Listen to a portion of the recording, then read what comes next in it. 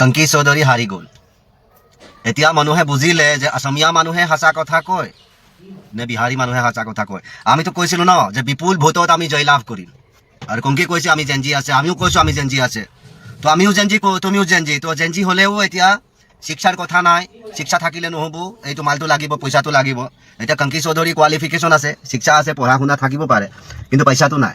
এতিয়া পইচা চৰকাৰ যিমান দিছে, এতিয়া অসমীয়া মানুহৰ মানে এইটো অসমীয়া মানুহৰ মানে আৱেগটো ক'ত আছে, এইটো বস্তু মানুহ জানিব লাগিব। এইটো মানুহে মানে ইলেকশ্যন খেলিলে নহ'ব, ৰাজনীতি কৰিলে নহ'ব, গোটেই বস্তুটো মানে মানুহে বুজিব লাগিব যে অসমীয়া মানুহৰ আৱেগটো ক'ত আছে। তো অসমীয়া মানুহে এইবিলাক মানে পঢ়াই মানুহে আমি যি দেখিলোঁ মানে অসমীয়া মানুহৰ আৱেগটো মানে পইচাটোত আছে। পইচাটো যদি পাই যায়, কোনোবা ছোৱালী আমি দেখিছোঁ পৰণ ভিডিঅ'ও বনাইছে পইচাৰ কাৰণে, নিজৰ মাক বাপেক গম নাপায় ন। তো সেই বস্তুটো যেতিয়া আমি দেখি গৈছোঁ, আৰু চৰকাৰ যেতিয়া জুবিন হত্যাৰ পিছত যেতিয়া চৰকাৰ 10,000 কৰি টকা দিলে, অসমীয়া মানুহ চুপ হৈছে, তেতিয়া আমি ভাবিছোঁ যে আমি টকা দিলে আমি জিকিম। তো আমি টকা দিছোঁ, ৰাতি টকা দিছোঁ, দিনত ভোট লৈছোঁ, আমি জিকি গৈছোঁ। এতিয়া আমি এটা কথা জানিব লাগিব যে অসমীয়া বুলি এতিয়া অসমীয়া মানুহে অকলে নিজে বুকু দংগল কৰি পেলাই অসমীয়া বুলি ক'লে নহ'ব। এতিয়া আমিও অসমীয়া হয়। কালি পৰহি মুখ্যমন্ত্ৰী ডঙৰীয়া কৈছে যে বিজয় গুপ্তা বিহাৰী নহয়, বিজয় গুপ্তা অসমীয়া হয়। তো আমিও অসমীয়া নহয়, আমি কি দেশ পৰা আহিছে কৈছে, আমাৰ নামটো মুখত মানে থকিবলৈ দিগদাৰ হৈ যায়। আৰু জ্যোতিপ্ৰসাদ আগৰৱালা আছিলা, তো মৰুৱাৰী মানুহ আছিলে, তেওঁ কি অসমীয়া নহয় নেকি? তেতিয়াহ'লে আমিও অসমীয়া বুলি আমাৰ চৰকাৰে আমাক ক'লে, মুখ্যমন্ত্ৰী ক'লে, এতিয়া আৰু অসমৰ মানুহে এই বিহাৰী এই মৰুৱাৰী এইবিলাক ক'লে কিন্তু ঘটনা হ'ব। এইবিলাক আমি মানি ল'ব নোৱাৰিম। মানে এতিয়া আমি বৰ্তমান মানে এতিয়া আমি মেইন অসমীয়া হয়, আমি এম এল এ হৈছোঁ, আমি চৰকাৰ গঠন কৰিছোঁ, আমি অসমীয়াক টকা দিম। তো আমাৰ ইয়াত অসমীয়া চলিব, অসমীয়াই আমাৰ তাত কাম কৰিব, আমি পইচা দিম। তো অসমীয়া সদায় কাম কৰি খাৱা মানুহ কাম কৰি থাকক, কাম কৰিলে খাবলৈ পাব, চিন্তা কৰিব নালাগে। দেশ যাৰ হাতত চলিব, আৰু আমি খুব ধুনীয়াকৈ দেশ চলাই যাম। আৰু আমি কেতিয়াও মানে এইটো অসমীয়া মানুহ হিংসা নকৰোঁ। দৰকাৰ হ'লে আমি পইচা দিম। মানে আমি এটা কথা জানো যে দুখীয়া মানুহক সহায় কৰিব লাগে। অসমীয়া মানুহ চব দুখীয়া আছে, তো পইচা দিলেই অসমীয়া মানুহ চব বদলি হৈ যাব, সেইটো আমি জানো। তো আমি পইচা দিম। এতিয়া আপোনালোকে কথাটো বুজিলে, মই কাৰ কথা ক'লোঁ। তো ইমান ধুনীয়াকৈ ৰাজনীতি কৰিলে ৰাইজে, ইমান ধুনীয়াকৈ ভোট দিলে, লাষ্টত গৈ মেলি মানে এতিয়া মানে কি ক'ম, নামটো যেতিয়া মানে বিজয়, এইটো পৰাজয় হ'লেতো বেয়া হ'ব ন বস্তুটো। তো বিজয়কে বিজয় কৰিছে, বাৰু ভাল কথা, জিকিলে, কোনো কথা নাই। কিন্তু এতিয়া ডাঙৰ কথাটো হ'ল কি, চৰকাৰ আকৌ আগৰখনেই হৈ গ'ল। আৰু এই চৰকাৰখনেও কৈ আছিলে যে আমি 100খন আসনলৈকে পাম, 80খনৰ পৰা 100খনলৈকে আসন পাম। ঠিক সেই আসনৰ কথাটো আজি কেইদিনৰ আগত বাছনি চাওঁতেও সেয়া ওলালে, সেয়াও নিউজত বজালে। আৰু ঠিক যেনেকৈ নিউজত বাছনি বজালে, ঠিক তেনেকৈ চৰকাৰ জিকিলে। এতিয়া কথাটো আমি কি ক'ম, মই যদি গাড়ীখন লৈ গৈ আছোঁ, গাড়ীখন লৈ নোযোৱা, কোনো দিন নোযোৱা নেদেখা পথ এটাত, বোলে মই ডিব্ৰুগড় যাম, কিন্তু মই যোৱা নাই কেতিয়াও, গাড়ীখন লৈ মই নিজে চলাই কেতিয়াও যোৱা নাই ডিব্ৰুগড়, আৰু মই দেখাও নাই যে বেলেগ গাড়ীকো দেখা নাই যে ইমান সময়ত গৈ ডিব্ৰুগড় পাইগৈ। কিন্তু মই গাড়ীত উঠাৰ আগত কৈ দিছোঁ, আৰু মানুহক কৈ আছোঁ যে মই একদিনো কিন্তু ডিব্ৰুগড় যোৱা নাই, কিন্তু মই গাড়ীত উঠিয়ে কৈ আছোঁ যে মই 4 ঘণ্টাত কিন্তু যোৰহাটৰ পৰা ডিব্ৰুগড় পোৱাই দিম। ঠিক যেনেকৈ কৈছোঁ তেনেকৈ মই 4 ঘণ্টাত ডিব্ৰুগড় পাই গৈছোঁ আৰু পোৱাই দিছোঁ। তেতিয়া কোনোবা মানুহে বিশ্বাস কৰিবনে যে মই এদিনো ডিব্ৰুগড় গাড়ী লৈ যোৱা নাই? আৰু নোযোৱাকৈ মই কেতিয়াও ডাঠি ক'ব নোৱাৰিম যে মই 4 ঘণ্টাত ডিব্ৰুগড় পোৱাই দিম, কাৰণ মই যাব লাগিব। মই জানিব লাগিব এই ৰাস্তাই ৰাস্তাই এনেকৈ গ'লে ইমান সময়ত ডিব্ৰুগড় পাম। ঠিক গোটেই বস্তুটো এতিয়া ৰাইজে তেনেকুৱা ধৰণে সন্দেহ কৰিছেতো মই কোৱা কথাটো, যে আগতীয়াকৈ কেনেকৈ গম পালে যে এই ভোটখিনি, ইমানখিনি ভোট আমি পাম, এইখিনি জেগাত মানে আমি কামটো কৰিব পাৰিম, আৰু এইকেইটা সমষ্টিত আমি কাম কৰিব পাৰিম, সেইকেইটা সমষ্টিৰ প্ৰতি মানে গেৰেণ্টি আছে, সেইকেইটাত চব নিজৰ মানুহ। আজি গৌৰৱ গগৈ পৰ্যন্ত হাৰি গ'ল, আৰু অখিল গগৈক জিকাই ৰখাৰ এটাই কাৰণ হ'ল, যদি অখিল গগৈ হাৰি গুচি যায়, তেতিয়াহ'লে জুলুঙাৰ মেকুৰী জল লপটকে ওলাই যাব। সেইটো অসম্ভৱ হৈ গুচি যাব যে সকলোখিনি হাৰিল কেনেকৈ। এতিয়া গৌৰৱ গগৈ সৰু আছে, গৌৰৱ গগৈ পাকিস্তানী এজেণ্ট বুলি আগতে গাই আছে, কিন্তু অখিল গগৈৰ কথা একো কোৱা নাই, বহুত বেয়া কৰি কোৱা নাই, চুমা বাবা বুলি উলিয়ালে কিবা বুলি। সেইকাৰণে অখিল গগৈ যদি হাৰি যায়, তেতিয়া গোটেই বস্তুটো এনেকুৱা হ'ব যে অকল বিজেপি জিকি গৈছে, বাকী বিৰোধী দলৰ কোনেও মানে আসন পোৱা নগ'ল। সেইটো মানে 2 নম্বৰী কৰিছে বুলি মানে মানুহে তাত জাজ কৰিব, আৰু সেই কথাটোৰ কাৰণে অখিল গগৈ আসন এৰি দিয়া হ'ল, অখিল গগৈ জিকিবলৈ সুবিধা দিয়া হ'ল। আৰু কালি ৰাতি এটা মই ভিডিঅ' পাইছোঁ, এজন মানুহে 4 দিনৰ ভিতৰত এটা EVM মানে বনাই ঠিক কৰিছে, 4 দিন নে 20 দিন এনেকুৱা এটা সময়ত। তেতিয়া মানে তাত গোটেই বস্তুটো দেখুৱাইছে কণ্ডিশ্যনবিলাক। EVM মেচিনটো কি বস্তু, আপুনি বটন যিটো টিপিছে তাৰ ছবিয়ে আহিব, কিন্তু পাৱাৰ অফ কৰি থৈ দিয়াৰ পিছত সি গোটেই উল্টা পুল্টা দেখুৱাই দিব। তাৰ ভিতৰত ছফ্টৱেৰ থাকে, সেই ছফ্টৱেৰ মতেহে EVMত মানে কামটো হয়। আজি ছফ্টৱেৰত যদি আপুনি পদুম ফুল 1000 পাহ ভৰাই থৈ দিয়ে, বাকী আপুনি 1000 বাৰ যদি হাতত ভোট মাৰে, সেই পদুমতেই হ'ব, মানে সেই ছফ্টৱেৰ হয় এইটো। গতিকে বস্তুটো মই ইলেকশ্যনৰ আগত গুণীজ্ঞানীসকলক কৈ আছিলোঁ যে ভোটটো বেলট পেপাৰত হ'ব লাগে, কিন্তু মুখ চবৰে আছে, বেল চবেই বেলায়। মই কোনো দলৰ নহওঁ বুলিও মই আগত কৈ আছিলোঁ, যে মই যদি কোনোবা এটা দলৰ হ'লোহেঁতেন, মই বিজেপিৰে হওঁ বা মই কংগ্ৰেছৰ যদি মই কোনোবা দলৰ হ'লোহেঁতেন, এইবিলাক কিন্তু দুৰ্নীতি, টকা খায়, ইলেকশ্যন আয়োগে কিবা কৰিব এইবোৰ খেলেই নেমানিলোহেঁতেন মানে কোনোবা এটা দলত যদি মই নাম লাগি থাকিলোহেঁতেন লাগে মই জিকা দলৰে হওঁ মই চব দল পত্ৰ উলিয়াই পেলাম 2 নম্বৰ কৰি জিকিবলৈ মই কেতিয়াও নিদিওঁ লাগে মৰি দল হওক কিন্তু এইখিনি মানুহে জানি শুনি একাংশ অকল টকাৰ মুখত পৰি পেলাই এয়া হৈ গ'ল কাক বিশ্বাস কৰিম বিশ্বাস কাকোৱে কৰিব না আজি জুবিনদাৰ কথা লৈ পেলাই একাংশই কৰিছে জুবিনক মাৰিলোঁ এতিয়া আমুকক মাৰিম তামুকক মাৰিম চব মানে পইচা পালে মানুহ সলনি হৈ যায় যেন পাওঁ আজি জুবিনদাৰ গানটো ৰিলিজ দিয়াৰ সময়ত গৰিমাবুক ফোন কৰিছিলোঁ যে সমাধি ক্ষেত্ৰৰ পৰা গানটো ৰিলিজ কৰিম আপুনি আহিব ভাল লাগিব আমি গানটো দাদাৰ সোঁৱৰণিত কৰিছোঁ বহুত আৱেগ সোমাই আছে গানটোত আৰু ৰাইজে ভাল পাব যদি আপুনি অকণমান ওলাই আহে তেতিয়া তেখেতে ক'লে এবছৰলৈ আমি কোনো সামাজিক অনুষ্ঠানত যাব নোৱাৰোঁ আমাৰ পৰিয়ালৰ 3জন মানুহ কিন্তু সেই একেজনী মানুহকে আজি কেইদিনৰ আগত দেখিলোঁ জুবলি বৰুৱাৰ লগত মঞ্চত গানো গাইছে আচলতে জুবিনদাৰ সেইটো মই ক'বলৈ যোৱা নাই কিন্তু মুখৰ কথাষাৰ যেনেকৈ কয় মানুহে ৰাখিব নোৱাৰে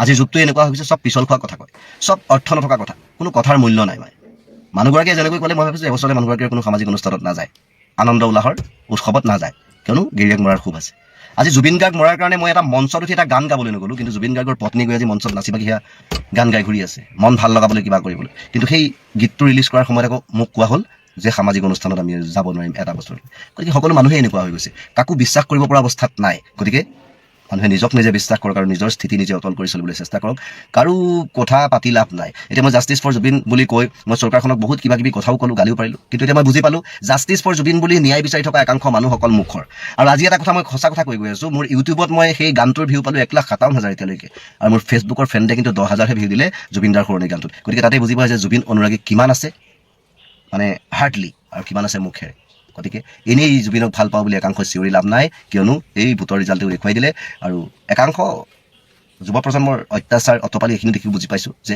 জুবিন গাৰ্গক কিমান ভাল পায় আৰু কোনোবা পোষ্টৰ কমেণ্টতো দেখা পাইছোঁ গতিকে আজি ভিক্টৰ দাসৰ নিচিনা এটা মানুহ যি অশ্লীল ব্যৱহাৰটো মানুহৰ নিজৰ আপোনাৰ ব্যৱহাৰেই আপোনাৰ পৰিচয় বুলি কয় গতিকে তেওঁৰ মানে পৰিস্থিতি বা তেওঁ পৰিৱেশ এইবিলাকৰ কাৰণে তেওঁ ব্যৱহাৰটো চেঞ্জ হ'ব পাৰে কিন্তু তেওঁ যি কৰিছিল জাতিৰ কাৰণে দেশৰ কাৰণে চিঞৰিছিল সেইটো ফালি দিছিল কিন্তু আজি তেওঁৰ সেই অৱস্থা দেখি কিন্তু একাংশই খুব কিৰিলি পাৰিছে আৰু খুব বাহ দিছে গতিকে সেই মানুহবোৰক কৈ চাওঁ এদিন নিজৰো সেই তেনেকুৱা সময় আহিব য'ত নিজৰ অস্তিত্ব হেৰাব য'ত থৰকা চকুতি নাইকিয়া হৈ যাব পলাবৰ কাৰণে দৌৰিবৰ কাৰণে এই চৰকাৰে কিন্তু আপোনালোককো দৌৰাব হিন্দু বুলি বুকু ফুলাই নাথাকিব কিন্তু মই কৈ থলোঁ কথাষাৰ মনত ৰাখিব এদিন কিন্তু সকলোৱে দৌৰিব লাগিব ধন্যবাদ জাষ্টিছ ফৰ জুবিন গাৰ্গ কুংকি চৌধুৰী আৰু জ্ঞানশ্ৰী বৰাক আপোনালোকে সমালোচনাৰে থকা সৰকা কৰি বিভিন্ন কটু মন্তব্যৰে থকা সৰকা কৰি আপোনালোকে নিজেই নিজকে নীলাজৰ পৰিচয় নিদিব আমি যে মূৰ্খ কেঁকুৰা জাতি সেই পৰিচয়টো আপোনালোকে দাঙি নধৰিব দুগৰাকী অসমীয়া জীয়াৰী উচ্চ শিক্ষাৰে শিক্ষিত জীয়াৰী যি দলৰ পৰাই প্ৰতিনিধিত্ব নকৰক কিয় তেখেতলোকে ৰাজনীতিৰ পথাৰত একেবাৰে নতুন আছিল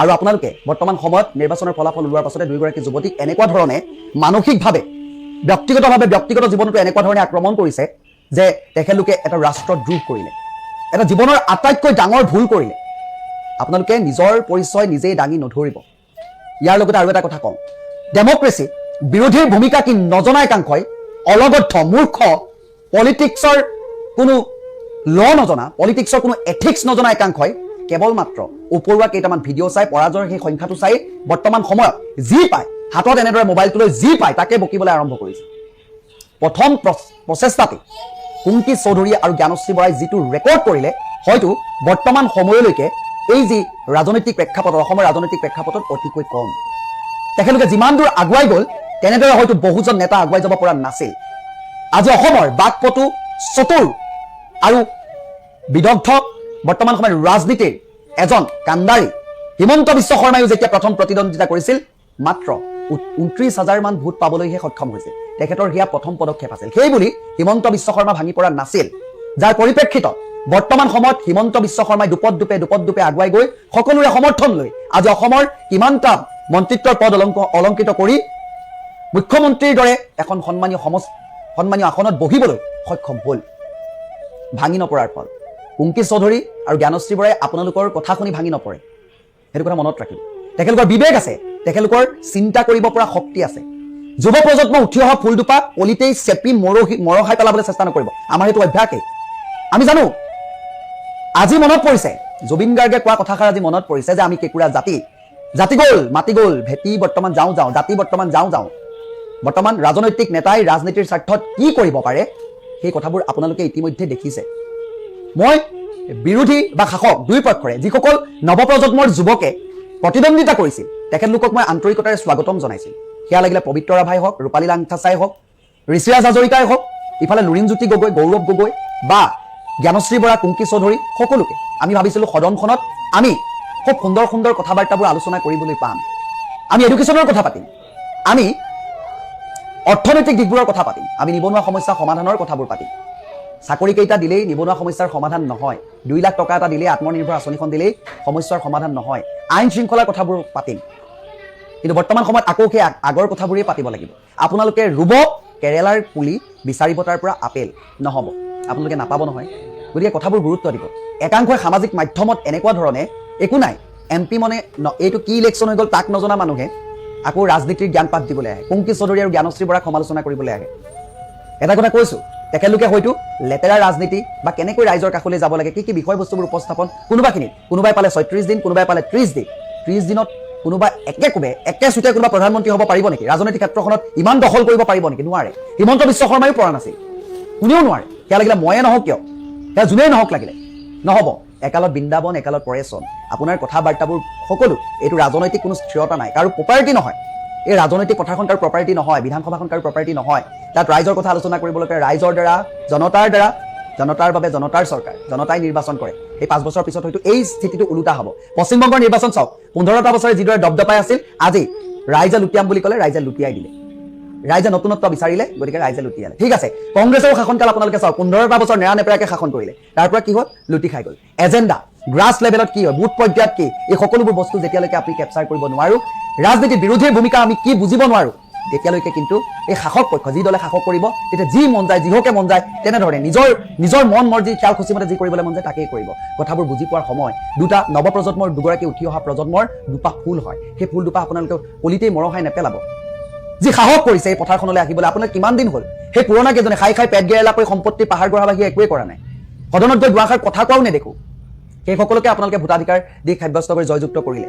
সভা সমিতিয়ে ভালকৈ কথা এটা ক'ব নোৱাৰে, সদনত গৈ ভালকৈ কথা এটা ক'ব নোৱাৰে, ইংৰাজী বুজি পায় নে নাপায় তাকো চিন্তা। তাৰ পৰা যেতিয়া শিক্ষিত যুৱ প্ৰজন্ম আহিব, সেইসকলক আপোনালোকে আদৰি নলয়। তেখেতলোকৰ মনোবল বৃদ্ধি কৰাৰ পৰিৱৰ্তে তেখেতলোকক যে সামাজিকভাৱে হত্যা কৰিছে আপোনালোকে, সেই কথাবোৰে আপোনালোকে দেখুৱাই আছে।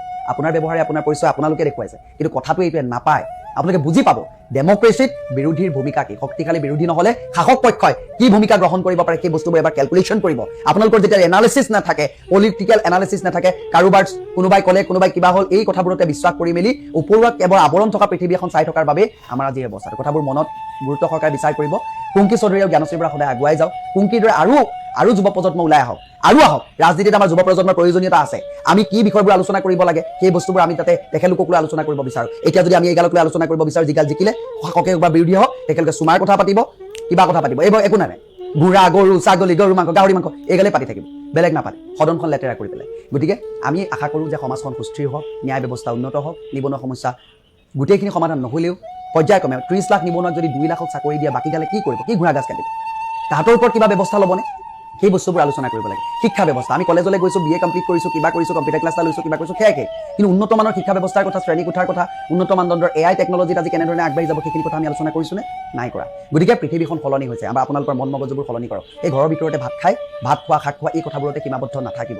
হয়, সাধাৰণ জীৱন যাপন কৰক, আমি বহুত জানিব নালাগে, কিন্তু ৰাজনৈতিক প্ৰেক্ষাপটত আমি আওপকীয়াকৈ আপুনি মই সকলো ৰাজনৈতিকভাৱে জড়িত, দিনে ৰাতি আমি ৰাজনৈতিকভাৱে জড়িত। গতিকে এই বিষয়বস্তুবোৰত অকণমান গুৰুত্ব সহকাৰে লৈ সমাজখন বা আইন ব্যৱস্থাটো বা এই গণতান্ত্ৰিক দেশখন সুৰক্ষিত কৰিবৰ কাৰণে আপোনাৰ ভূমিকা অত্যন্ত প্ৰয়োজন। কাৰণ কি আপোনালোকে ভোট দিছে, আপোনালোকে ভোটাধিকাৰ সাব্যস্ত কৰিছে, প্ৰতিগৰাকী সচেতন ভোটাৰৰ বাবে এই কথাবোৰ জনাটো অত্যন্ত প্ৰয়োজন। গতিকে যিমান পাৰে বিবেচনা কৰিব, কাৰোবাক সামাজিকভাৱে হত্যা কৰিবলৈ উঠি পৰি নালাগিব।